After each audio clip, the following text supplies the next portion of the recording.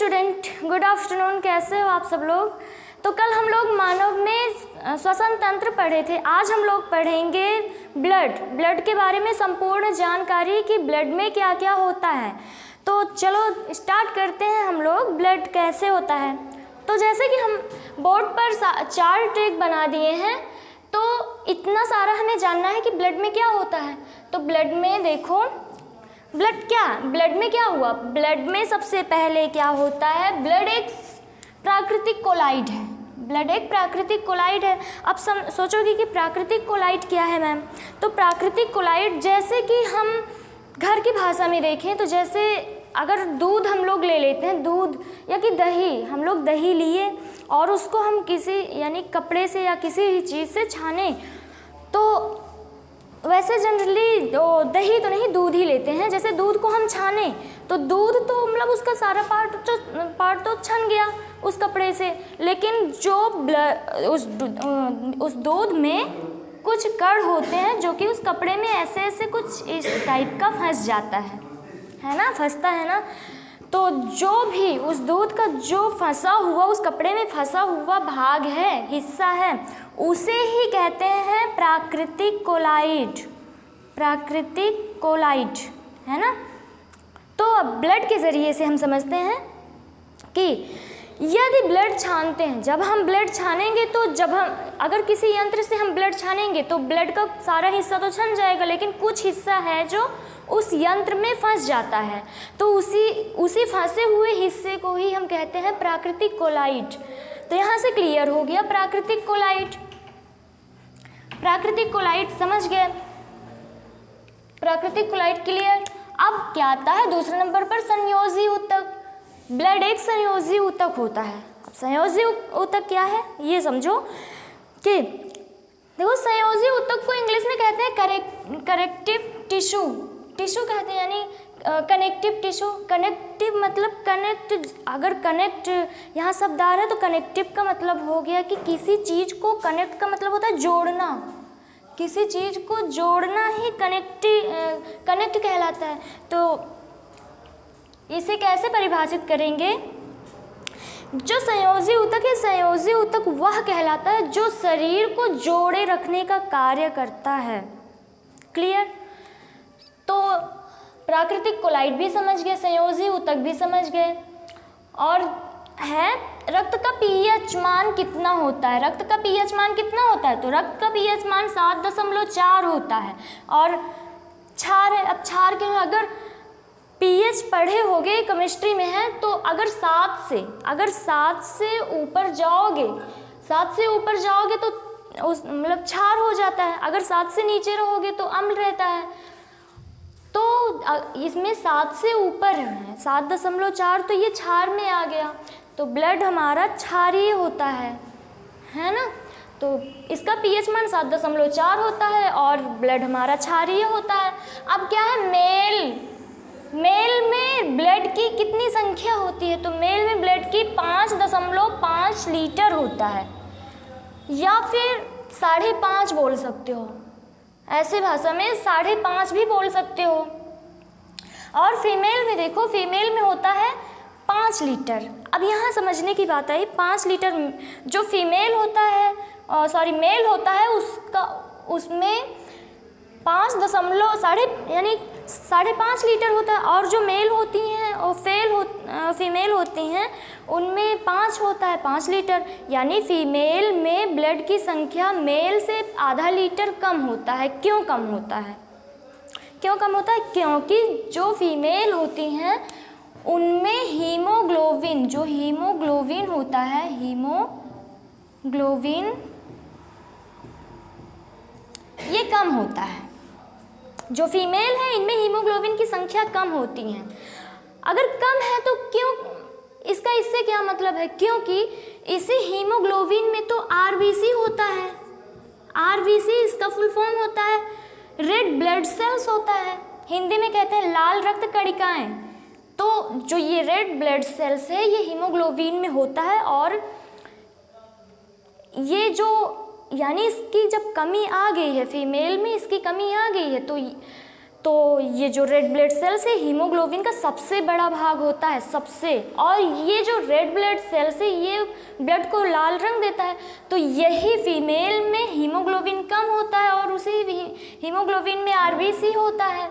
तो कभी कभी अगर देखो, अगर समझना चाहो तो जैसे कभी कभी फीमेल को एक घूंचा मारो और मेल को एक घूंचा मारो, एक घूंचा, और तो जो फीमेल होती हैं उतने ही तेज का उन्हें भी मारो, उतने ही तेज का उन्हें भी, यानी पुरुष और महिला को उतने ही तेज में मारो तो फीमेल को बहुत ज़्यादा लग जाती है, क्यों, और मेल को नहीं लगता।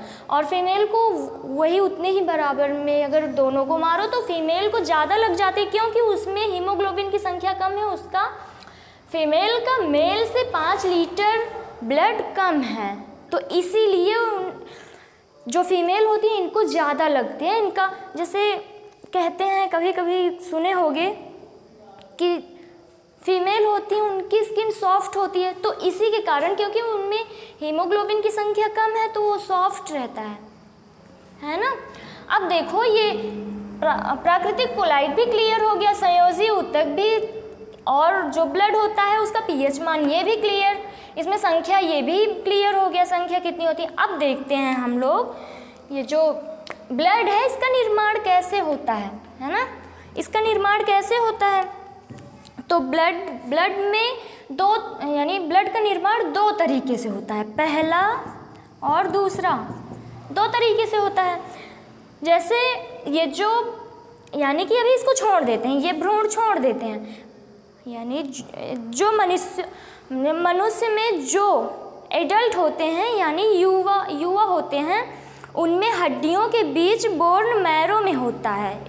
ब्लड का निर्माण हड्डियों के बीच, हड्डियां हमारे शरीर में क्या होती हैं, हड्डियां होती हैं, तो उन्हीं हड्डियों के बीच अस्थि मज्जा, जिसको बोन मैरो कहते हैं, जिसको अस्थि मज्जा कहते हैं, हड्डी के बीच होता है। और इसकी संरचना कैसी होती है, जालीनुमा।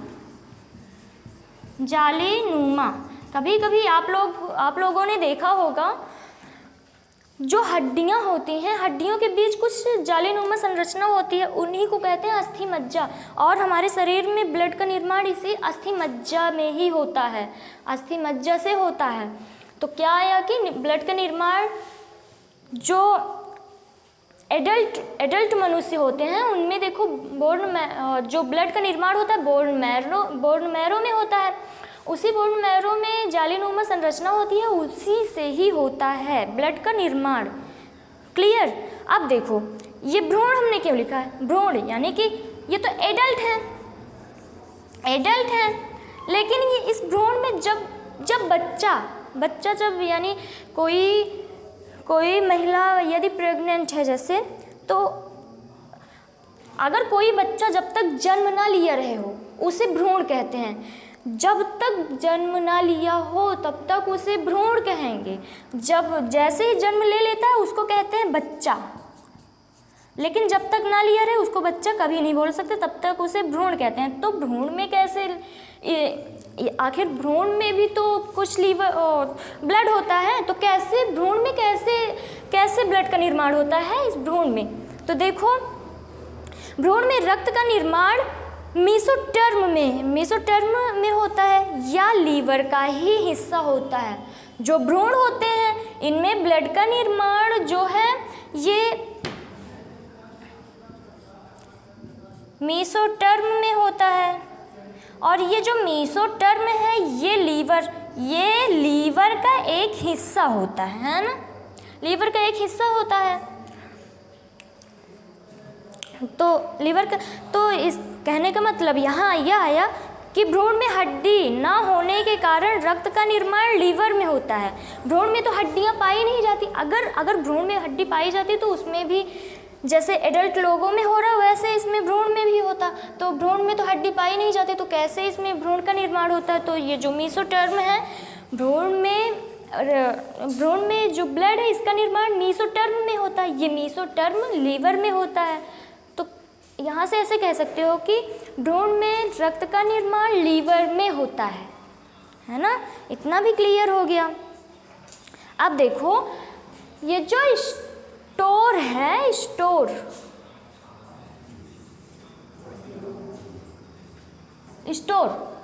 ये जो स्टोर हमने लिखा है कि कहने का मतलब है ब्लड स्टोर कहाँ होता है ना, रक्त स्टोर कहाँ होता है, ब्लड। तो ब्लड प्लीहा, देखो प्लीहा कहाँ है, प्लीहा जो ब्लड होता है पेट में उदर गुहा में बाईं ओर होता है, जिसे प्लीहा या तिल्ली बोलते हैं, है ना। पेट में उदर गुहा होता है, उदर गुहा जो कि बाईं ओर रहता है। इसी बाईं ओर जो बाईं ओर प्लीहा या तिल्ली पाया जाता है, जिसको अवधी भाषा में, गांव की भाषा में तिल्ली बोलते हैं ना, उसको कहते हैं प्लीहा, जिसको इंग्लिश में कहते हैं स्प्लीन कहते हैं। तो ब्लड, बात यहाँ यह आई कि जो हमारा ब्लड है ये स्टोर कहाँ रहता है, तो स्टोर रहता है ब्लड प्लीहा में, बाईं ओर रहता है उदर गुहा, उसी उदर गुहा में प्लीहा या तिल्ली कहते हैं, जिसको स्प्लीन कहते हैं। क्लियर। अब बात आई यहाँ पर, ये जो प्लीहा या तिल्ली है ब्लड स्टोर रहता है, इसलिए इसे ब्लड बैंक भी कहा जाता है। प्लीहा या तिल्ली को ब्लड बैंक भी कहा जाता है ना। क्वेश्चन आता है, बोर्ड पेपर में क्वेश्चन आता है कि ब्लड का बैंक क्या है, ब्लड का बैंक क्या है, तो ब्लड का बैंक प्लीहा होता है, स्प्लीन, है ना। अच्छा, अब जब ब्लड का भी कुछ शेष दिन होता है जीने का, ब्लड में देखो WBC RBC होता है, उनका सब WBC RBC और प्लेटलेट्स यही सब होते हैं। तो इन सब का जीवन काल होता है, पूरे टाइम ये हमेशा के लिए नहीं होते। पहले मरा, फिर वो जन्म लिया, फिर वो मतलब एक मरता रहता है, एक जन्म लेता रहता है, एक मरता रहता है, एक जन्म लेता रहता है। तो कैसे हुआ, अगर मर रहा है तो आखिर वो कहाँ जाएगा, उसका भी तो कुछ कब्र, यानी कि जैसे मनुष्य लोग मर जाते हैं तो उसको कब्र में गाड़ देते हैं, तो इस ब्लड को भी तो कब्र चाहिए ना। तो ब्लड का कब्र होता है प्लीहा, यानी प्लीहा में स्टोर भी रहता है, प्लीहा ही उसका कब्र भी होता है ना। अब क्या आया, कोलेस्ट्रॉल। अब कोई पूछ लिया कि ब्लड में कोलेस्ट्रॉल होता है, कोलेस्ट्रॉल क्या है। कोलेस्ट्रॉल एक चिपचिपा पदार्थ होता है, जैसे या मतलब चिपचिपा पदार्थ है, कोलेस्ट्रॉल एक चिपचिपा पदार्थ होता है या वसा का एक रूप होता है ना, वसा का एक रूप होता है जो कि तरलीय पदार्थ से प्राप्त होता है। जैसे कि अगर काजू खाओ, मूंगफली खाओ, तरलीय पदार्थ ही तो हैं, इन सब से वसा ही तो मिलता है ना, तरलीय पदार्थ है ना, तेल। तो कोलेस्ट्रॉल क्या है, यह हमारे ब्लड में चिपचिपा पदार्थ होता है, हमारे ब्लड में चिपचिपा पदार्थ होता है जो कि वसा यानी तरलीय पदार्थ से मिलता है, जिसको वसा कहते हैं। यानी वसा, इसका मतलब है कि हमारे शरीर में अगर वसा आ गई है ज़्यादा तो समझ लो वो कोलेस्ट्रॉल ही है, ज़्यादा या कम वो कोलेस्ट्रॉल है ना। तो देखो ये कोलेस्ट्रॉल जो होता है ये हमेशा के लिए ये हमारे शरीर को फ़ायदा तो ज़्यादातर नहीं होता, यानी अगर बढ़ जाए ना तो बहुत बड़ा हानि पहुंचता है हमारे शरीर में, बहुत ज़्यादा हानि पहुंचती है। कैसे, ये कोलेस्ट्रॉल एक वसा तरलीय पदार्थ है जिससे वसा प्राप्त हो रहा है। तो अगर इसके बढ़ जाने से हम लोग में हानि बहुत सारी पहुंच जाती हैं। कि जैसे चर्बी, जैसे हम अगर ये बढ़ गया तो हमारे शरीर में तेल बढ़ गया ना, तेल का मतलब हुआ कि चर्बी बढ़ गया। अगर चर्बी बढ़ रहा है तो वो चर्बी जो हमारा हार्ट होता है उसको अटैक करेगा। कैसे अटैक करेगा, चर्बी अगर ज़्यादा बढ़ गई तो जो हमारा हार्ट होता है, हार्ट उसको ये अटैक करेगा, उसको चारों ओर से इसे घेर लेता है ना, उसको चारों ओर से घेर लेगा। अब जब घेर लेगा उसको चारों ओर से, तो हम लोग जब सांस लेते हैं तो हृदय का भी तो एक काम होता है, फेफड़ों में हृदय, यानी अगर हृदय ना रहे तो वही तो फूलता और फैलता है, फूलता और पचकता है। तो उसी हार्ट को ही ये कोलेस्ट्रॉल बढ़ जाने के कारण ये पूरे हार्ट को ये घेर लेता है चारों ओर से। जब घेर लेगा तो हम लोग सांस नहीं ले पाएंगे, तो मर जाएंगे। बिना सांस के तो कोई भी प्राणी जीवित रहता नहीं है। तो देखो कोलेस्ट्रॉल की संख्या कितनी होनी चाहिए हमारे शरीर में, कोलेस्ट्रॉल की संख्या कितनी होनी चाहिए हमारे शरीर में, कोलेस्ट्रॉल की संख्या 200 ग्राम प्रति डेसीलीटर होनी चाहिए, है ना। समझ में आया इतना सारा। हमारे शरीर में कोलेस्ट्रॉल की संख्या 200 ग्राम डेसीलीटर होनी चाहिए। क्लियर, यहाँ से भी हमें लगता है क्लियर हो गया। और देखो जो हीमोग्लोबिन अब तीसरे स्थान पर आया है, हीमोग्लोबिन। और एक शब्द और, अगर ये कोलेस्ट्रॉल हमारे हृदय को घेर लेता है ना चारों ओर से, तो वो जो हमारा हृदय धड़कता रहता है उसको धड़कना ही बंद कर देता है, इसीलिए हम लोग को सांस लेने में दिक्कत होने लगती है। और जब दिक्कत होगी तो कोरोना वायरस, बहुत सारे चीज़ आ जाते हैं, कहते हैं कि ये सांस नहीं ले पा रहा है, बस इसको कोरोना ही हुआ है, तो उसका मतलब ये नहीं होता है ना। तो अब देखो हीमोग्लोबिन आया है, हीमोग्लोबिन का कार्य, हीमोग्लोबिन में एक तत्व होता है जिसको कहते हैं आयरन, Fe, आयरन मतलब लोहा है ना, आयरन है तो समझ लो लोहा है। तो देखो हीमोग्लोबिन मेल में कितना होना चाहिए, 14 ग्राम प्रति डेसीलीटर होना चाहिए मेल में, और फीमेल में 12 ग्राम प्रति डेसीलीटर होना चाहिए, है ना। अब देखो हर जगह फीमेल का संख्या कम क्यों हो रहा है ना। इसका तो 14 है, इसका 13 है, तो क्यों कम हो रहा है, क्योंकि इसके जो फीमेल होता है इसमें हीमोग्लोबिन की संख्या कम होती है ना, कम होती है, इसमें कम होती है और इसकी भरपूर मात्रा में होती है। तो जो हीमोग्लोबिन में Fe मतलब आयरन का मतलब लोहा, इसमें ये लोहा होता है, इसका मतलब लोहा कण वाला लोहा नहीं, इसमें आयरन होता है। आयरन है तो हमें शक्ति प्रदान होती है, इससे हमें शक्ति प्रदान होती है, यानी कि लोहे का कार्य करता है, बहुत मजबूत, बहुत स्ट्रांग होते हैं ना।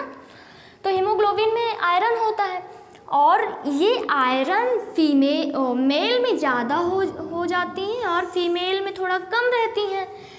तो यहाँ से देखो, जब यहाँ से अभी हम बताए थे ना कि अगर फीमेल को एक हाथ कस के खींच के मारो और एक हाथ मेल को कस के खींच के मारो तो फीमेल को ज़्यादा लग जाएगी और मेल को कम। क्यों? क्योंकि इसके अंदर आयरन ज़्यादा है। आयरन ज़्यादा होने का मतलब कि ये लोहे से भरपूर है। तो जब ये लोहे, अगर आप लोग लोहे को मारेंगे तो लोहे को थोड़ी ना लगेगा, और फीमेल को मारेंगे तो ज़्यादा तेज लग जाएगा, है ना। क्लियर है। और देखो यहाँ से क्लियर हो गया कि हीमोग्लोबिन की संख्या इसमें इतना होना चाहिए, इसमें इतना। अब देखो रक्त परिसंचरण क्या है। रक्त परिसंचरण, सबसे पहले तो बताओ हमें सब लोग, रक्त परिसंचरण की खोज किसने की? रक्त परिसंचरण की खोज किसने की? तो रक्त परिसंचरण की खोज विलियम हार्वे ने की, है ना। विलियम हार्वे ने की। तो देखो रक्त परिसंचरण के बारे में नेक्स्ट वीडियो में आप लोग पढ़ोगे कि रक्त परिसंचरण क्या होता है। इसमें भी कई प्रकार से होता है, इसका भी कई प्रकार होता है। रक्त परिसंचरण, जैसे रक्त परिसंचरण कितने प्रकार के होते हैं? 3 प्रकार के होते हैं। खुला रक्त परिसंचरण, बंद रक्त परिसंचरण, मिश्रित रक्त परिसंचरण। तो यहाँ केवल इतना जानो कि रक्त परिसंचरण की खोज किसने की। अब इसके बारे में नेक्स्ट वीडियो में सब लोग पढ़ोगे। उसके बाद क्या आया? ब्लड का कार्य, है ना, ब्लड का कार्य। तो देखो ब्लड का कार्य सबसे पहले देखो, ये जो ब्लड होता है ये ताप को नियंत्रित करे रहता है। जो ताप होता है हमारे शरीर में, ये उसी ताप को नियंत्रित करे रहता है ब्लड के वजह से, है ना। और यदि हाथों को आपस में रगड़ा जाए तो आवेश उत्पन्न होता है, क्योंकि यानी कि रक्त हमारे शरीर में ताप को नियंत्रित करे रहता है। अगर हम लोग हाथ को ऐसे रगड़ेंगे उसमें आवेश उत्पन्न होता है, तो आवेश उत्पन्न होगा तो उसमें ताप नियंत्रित रहता है। तो ब्लड का कार्य हो गया सबसे पहला, ये ताप को नियंत्रित करे रहता है ना। और दूसरा क्या हुआ? पोषक पदार्थों का परिसंचरण। जो हम लोग पोषक पदार्थ खा रहे हैं, जो हम लोग पोषक पदार्थ खाएं वो पोषक, उसका जितना भी विटामिन वगैरह ये सब हुआ ब्लड में तो मिल गया, तो इसका कार्य हुआ पोषक पदार्थों का परिसंचरण। ब्लड में मिला तो अभी परिसंचरण बताए, तो रक्त परिसंचरण इसका कार्य बता, ये क्या है, ये क्या कार्य करता है इसको बता ही देते हैं। ये जो परिसंचरण है, रक्त का मतलब रक्त में, परिसंचरण का मतलब परिसंचरण, जो इसका ये परिसंचरण है इसका कार्य होता है ब्लड में जो भी पोषक तत्व, पोषक पदार्थ आ रहे हैं उसको एक स्थान से दूसरे स्थान तक ले जाने का, इसका मतलब परिवहन समझ लो। परिवहन क्या करता है, परिवहन एक स्थान से दूसरे स्थान तक ले जाता है वस्तु को। तो रक्त परिवहन और परिसंचरण एक ही चीज़ होता है। तो जो ब्लड का कार्य आया है इसमें एक शब्द आया है कि ये पोषक पदार्थों का परिसंचरण करता है ना, पोषक पदार्थों को पूरे ही ब्लड में पहुंचाने का कार्य करता है, यानी परिवहन करने का कार्य करता है। और गैसों का परिवहन, ये जो ब्लड होता है ये गैसों का भी परिवहन करता है। जैसे कि हम लोग सांस लेंगे तो जब लेंगे सांस तो ऑक्सीजन को ग्रहण करेंगे और जब छोड़ेंगे सांस तो कार्बन डाइऑक्साइड को त्यागेंगे, है ना। यहाँ से इतना हुआ कि ये ब्लड के कारण ही गैसों का आदान यानी परिसंचरण होता है। आदान प्रदान अलग है, परिसंचरण का मतलब हो गया पूरे ही ब्लड में पहुंचाना। तो यहाँ से देखो ये जो ब्लड है और इसमें एक और है कार्य, फेफड़ों। देखो फेफड़ा एक प्रकार का टंकी होता है, कि जब उसमें तो पूरा जो भी ऑक्सीजन है, उसमें जो भी ऑक्सीजन अगर हम ग्रहण करेंगे तो ऑक्सीजन नहीं आएगा, ऑक्सीजन से पूरे ब्लड में पहुंचेगा, है ना। तो देखो चौथा है उत्सर्जी पदार्थ, यानी ब्लड उत्सर्जी पदार्थ का भी परिसंचरण करता है, ये इतना क्लियर है। तो ब्लड भी कंप्लीट हो गया, है ना। इतना सारा समझ गए सब लोग। प्राकृतिक कोलाइट क्या है, या जब हम ब्लड को छानते हैं तो देखो इतना चीज़ हम आप लोगों को बताया, जैसे प्राकृतिक कोलाइट क्या है, संयोजी ऊतक क्या है, पीएच, ये सारी चीज़ें एक बार क्लियर कर लेना। और अगर नोट करना हो तो स्क्रीनशॉट ले लो, नोट कर लो, हम थोड़ी देर के लिए हट जाते हैं। तो आई होप सब लोगों ने स्क्रीनशॉट ले लिया होगा। और चलो चलते हैं नेक्स्ट पॉइंट पर। तो जैसा कि हम लोगों ने अभी देखा, पहले कुछ ब्लड के बारे में कुछ जानकारी दी है, अब उसके अंदर जाकर ब्लड में क्या क्या और ज़्यादा होता है। तो देखो ब्लड कितने प्रकार का होता है। ब्लड में दो चीज़ पाई जाती है, दो चीज़। पहला हुआ प्लाज्मा और दूसरा कार्पसेल, है ना, कार्पसेल हो गया। और कार्पसेल को हिंदी में क्या कहते हैं, कार्पसेल को हिंदी में कहते हैं रुधिराणु, यानी कि रुधिर के अणु।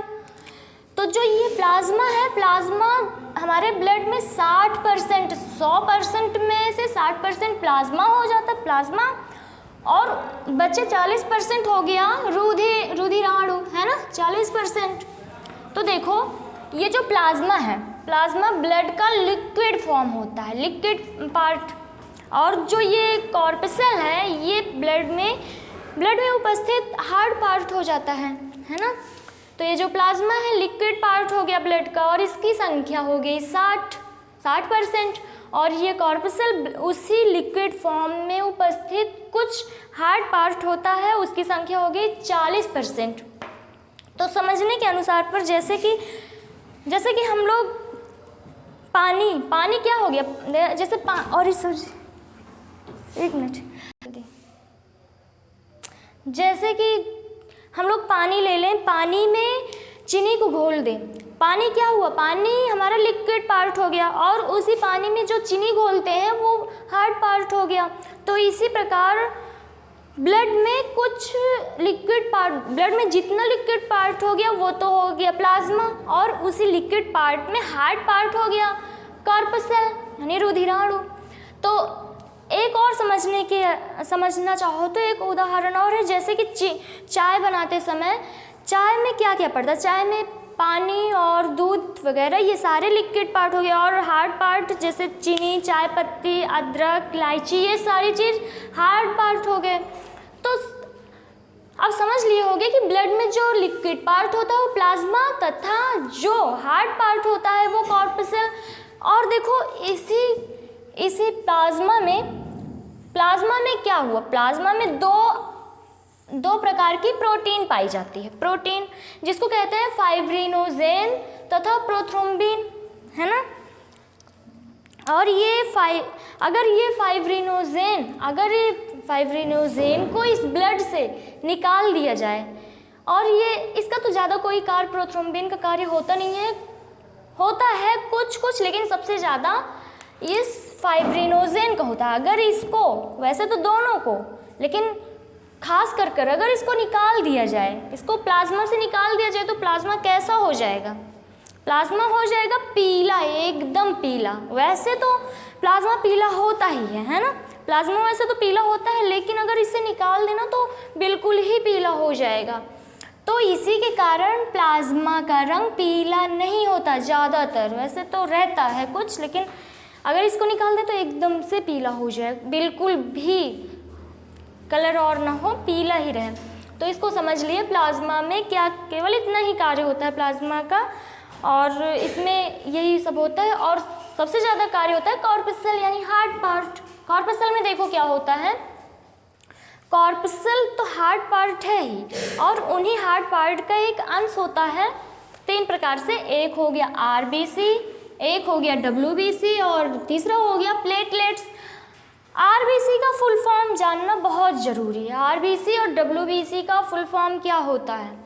आरबीसी का फुल फॉर्म होता है रेड ब्लड सेल्स यानी लाल रक्त कणिकाएं, और जो डब्ल्यूबीसी है ये वाइट ब्लड सेल्स होता है यानी कि श्वेत रक्त कणिकाएं। प्लेटलेट्स को हिंदी में कहते हैं बिम्बाणु, है ना, प्लेटलेट्स को हिंदी में बिम्बाणु कहते हैं।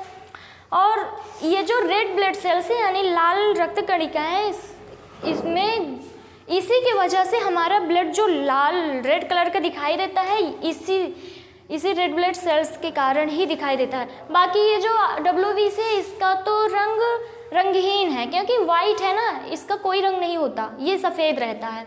जो हमारे शरीर से पानी जैसे कि कभी कभी चोट लग जाए तो कुछ पानी निकलता है पानी रंग में, वही है डब्ल्यूबीसी। और प्लेटलेट्स हुआ जैसे हम लोग में चोट लग जाती है कहीं, ये हमारे रक्त का एक हार्ड पार्ट होता है। अगर हम जैसे हमारे कहीं भी शरीर पर चोट लग जाए, तो जैसे हमारे हाथ पर लगा चोट, और हाथ जब ब्लड निकलता रहता है तो कुछ समय बाद देखोगे उस पर एक कण यानी हार्ड पार्ट, उसी ब्लड का हार्ड पार्ट आ जाता है ना, उसी के कारण रक्त यानी ब्लड बहना बंद हो जाता है। अगर ये प्लेटलेट्स ना रहे तो अगर चोट लग जाए तो वो हमेशा वो ब्लड बहता ही रहे, बंद होने का नाम ही नहीं लेता। तो देखो ये जो आरबीसी है इसकी संख्या कितनी होती है? इसकी संख्या हमारे शरीर में 50 लाख यानी 5 मिलियन होता है ना, 50 लाख होता है। और ये जो डब्ल्यूबीसी है इसकी संख्या हमारे शरीर में 10,000 होता है। और देखो ये 50 लाख सबसे ज़्यादा इसी रेड ब्लड सेल्स की ही संख्या है। अगर ये 50 लाख ना होता तो हमारा इतना जो गाढ़ा लाल रक्त रहता है ना वो ना हो, तो सबसे ज़्यादा इसकी ही संख्या है, तभी तो हमारा रक्त लाल रहता है। और डब्ल्यूबीसी की संख्या है 10,000, है ना, 10,000। सबसे ज़्यादा ब्लड लाल ही निकलते देखते होगे, ये तो निकलते देखते हो नहीं ज़्यादा, लेकिन इसकी संख्या होती है 10,000। जो ये प्लेटलेट्स है इसकी संख्या होती है 2 लाख, इसकी संख्या 2 लाख होती है। अगर जैसे प्लेटलेट्स में क्या होता है, अगर डेंगू हो जाता है तो उसकी संख्या 2 लाख से घटकर 50,000 और 40,000, यानी इसकी कमी से हमारा शरीर एकदम सुस्त पड़ जाता है। हम जाएंगे कहाँ तो चले जाते हैं कहाँ, और चक्कर सा आता है। और कभी कभी ये होता है कि पूछते हो सब लोग कि सर ये इंसान इतना पढ़ लेता है, ये इंसान इतना कम, मतलब हम इतना कम पढ़ते हैं और मेरे सामने वाला इंसान इतना ज़्यादा पढ़ लेता है, तो उसका कारण क्या है? ये प्लेटलेट्स ही है। अगर प्लेटलेट्स की कमी आ जाए तो अगर जैसे किसी इंसान का प्लेटलेट्स भरपूर मात्रा में है तो वो कभी भी थकेगा ही नहीं, उसको नींद पड़ते समय आएगी ही नहीं। तो सबसे पहले अगर नींद आ रही है, पढ़ते समय अगर नींद आ रही है तो समझ लो तुम लोगों का प्लेटलेट्स एकदम डाउन हो गया है। तो सबसे पहले प्लेटलेट्स यानी इसको प्लेटलेट्स को पूरा करने के लिए डॉक्टर के पास तो होता है ये, लेकिन हम लोग खुद से भी इसको पूरा कर लेते हैं। जैसे बकरी का दूध हो गया, इससे सबसे ज़्यादा प्लेटलेट्स की भरपूर मात्रा में प्लेटलेट्स बहुत ज़्यादा आ जाता है। और देखो क्या होता है, और बहुत सारी चीज़ें होती हैं, फल फ्रूट्स वगैरह खाने से प्लेटलेट्स कभी डाउन नहीं होगा। तो इतना भी समझ गए। अब देखो इन सब का अवधि यानी जीवन काल कितना होता है, तो आरबीसी का जीवन काल होता है 120 दिन, और डब्ल्यूबीसी का जीवन काल होता है 4 दिन, 4 से 6 दिन भी हो जाता है लगभग में, कहीं कहीं और होता है 4 दिन। प्लेटलेट्स का जीवन काल केवल 7 दिन होता है ना, 7 दिन होता है। और देखो ये जो अगर ये इनका जीवन काल इतना होता है, इनका जीवन काल इतना, तो कभी ना कभी तो मरेंगी। ये 120 दिन बाद मर जाएंगी, ये 4 दिन बाद, ये 7 दिन बाद मर जाएंगी। तो वो कहाँ कैसे, मतलब उसका भक्षण कैसे होगा, हमारे शरीर में तो रहेंगी तो हम लोग को नुकसान हो जाएगा। तो ये जो देखो ल्यूकोसाइड जो होता है ये डब्ल्यूबीसी इसको लाइसोसोम मार देता है। एक देखो लाइसोसोम है, जो ल्यूकोसाइड है इसको लाइसोसोम मार देता है। लाइसोसोम हमारे शरीर में लाइसोसोम एक प्रकार का होता है जो कि ये मरे हुए ब्लड को भक्षण कर लेता है उसका, तो लाइसोसोम मार देता है। और जो एरिथ्रोसाइड होता है, एरिथ्रोसाइड मतलब आरबीसी, इसको स्प्लीन मार देता है। अब बताओ थ्रोम्बोसाइड ये मर गया तो इसको कौन भक्षण करेगा? तो ये जो ये प्लीहा है, प्लाज्मा है, ये प्लाज्मा थ्रोम्बोसाइट को प्लाज्मा का भक्षण एरिथ्रोसाइट थ्रोम्बोसाइट का भक्षण प्लाज्मा कर लेता है। अब ये प्लाज्मा होता कहाँ है? प्लाज्मा होता है हमारे प्लीहा में, है ना, स्प्लीन में होता है। तो यहाँ से क्लियर इतना हो गया। तो हम आगे चलते हैं। तो देखो इतना हम लोगों ने आज ब्लड के बारे में काफ़ी जानकारी प्राप्त कर ली है। तो इसको अच्छे से सब लोग तैयार कर लेना, और कुछ पार्ट थोड़ा टॉपिक और है उसको हम नेक्स्ट वीडियो में कर देंगे, क्योंकि अभी रक्त ही तो पढ़ना है हम लोग को। अब देखो रक्त के बारे में तो हम पूरी जानकारी ले लिए हैं, थोड़ा और है उसको नेक्स्ट वीडियो में। इतना तब तक सब लोग तैयार करो और इसका स्क्रीनशॉट ले लो, जिसको नोट करना हो नोट कर लो, और फेयर नोट्स बनाते चलो अच्छे से, क्योंकि हम ग्राफ के जरिए पढ़ा रहे हैं तो इससे सब लोग फेयर नोट्स बनाने में आसानी और समझने में तो उससे भी ज़्यादा आसानी होगी, है ना। तो फेयर नोट्स बना लेना, और जितना पढ़ाते हैं उसको फेयर नोट्स बना लोगे तो बार बार रिवीजन करते रहना। तो आई होप आज का वीडियो आप लोग को बहुत अच्छा लगा होगा। तो इसी उम्मीद के साथ हम भी विदा होते हैं। Thank you.